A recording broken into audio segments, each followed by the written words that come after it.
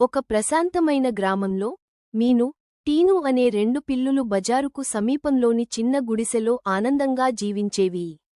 వాటికి సీతాకోక చిలుకల వెంటపడి ఆడటం, ఉదయపు సూర్యకిరణాల్లో తాకటము, ఒకరినొకరు దగ్గరగా కూర్చొని నిద్రపోవటం చాలా ఇష్టంగా ఉండేది. ఒక్కోసారి చిన్న చిన్న గొడవలు చేసుకున్నా అవి ఎక్కువ సమయం నిలవేవి కావు. కాని ఒకరోజు మటుకు పరిస్థితి మారిపోయింది. ఒకరోజు గ్రామం నడిబొడ్డున ఉన్న బేకరీ దగ్గర వీరు తిరుగుతూ ఉండగా కొత్తగా కాల్చిన రోటీల పరిమళం గాలిలో వ్యాపించింది. కార్టు పక్కన ఒక పెద్ద బంగారు రంగు రొట్టి పడివుండటం చూసి వీరి కళ్ళు ఆనందంతో మెరిశాయి. అది అందుకోవడానికి ఇద్దరూ ఒకేసారి దూకారు. ఒక్కొక్కరు ఒక్కో ప్రక్క పట్టుకుని రోటిని గట్టిగా పట్టుకున్నారు.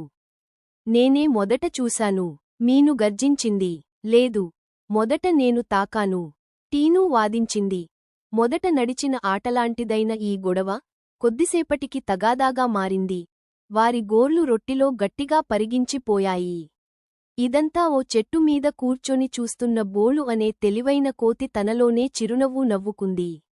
ఓ చాకచక్యంతో బోలు వారికి దగ్గరగా దూకి, ఓ నా మిత్రులారా, ఎందుకు ఇలా గొడవ పడుతున్నారు అని అడిగాడు. మీ బాధను చూస్తుంటే నాకు జాలీగా ఉంది.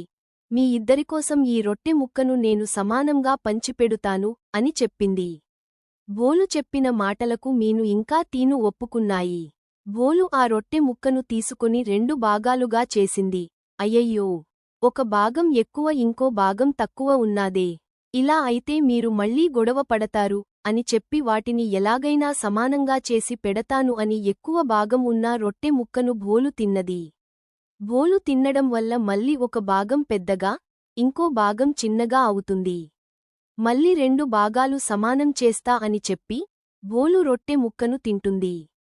మళ్ళీ ఒకటి పెదగా ఇంకోటి చిన్నగా ఉంటుంది. మళ్ళీ బోలు దన్ని తినేస్తుంది. ఆ రెండు పిల్లులు మాత్రం అలానే చూస్తుండిపోతాయి. ఇలా బోలు రొట్టె ముక్కను తినడం వల్ల రొట్టె మొత్తం అయిపోతుంది. రొట్టె మొత్తం తిని బోలు అక్కడ నుండి పారిపోయి చెట్టు మీదకి ఎక్కి, పిచ్చి పిల్లులారా మీరు మోసపోయారు అని వెక్కిలిగా నవ్వుతుంది. ఇది చూసిన ఆ రెండు పిల్లులు బాధతో ఒక్కటినొకరు చూస్తుండిపోతాయి. ఈ కథలోని నీతి: ఇద్దరి వ్యక్తులు గొడవ పడినప్పుడు మూడో వాడికే లాభం.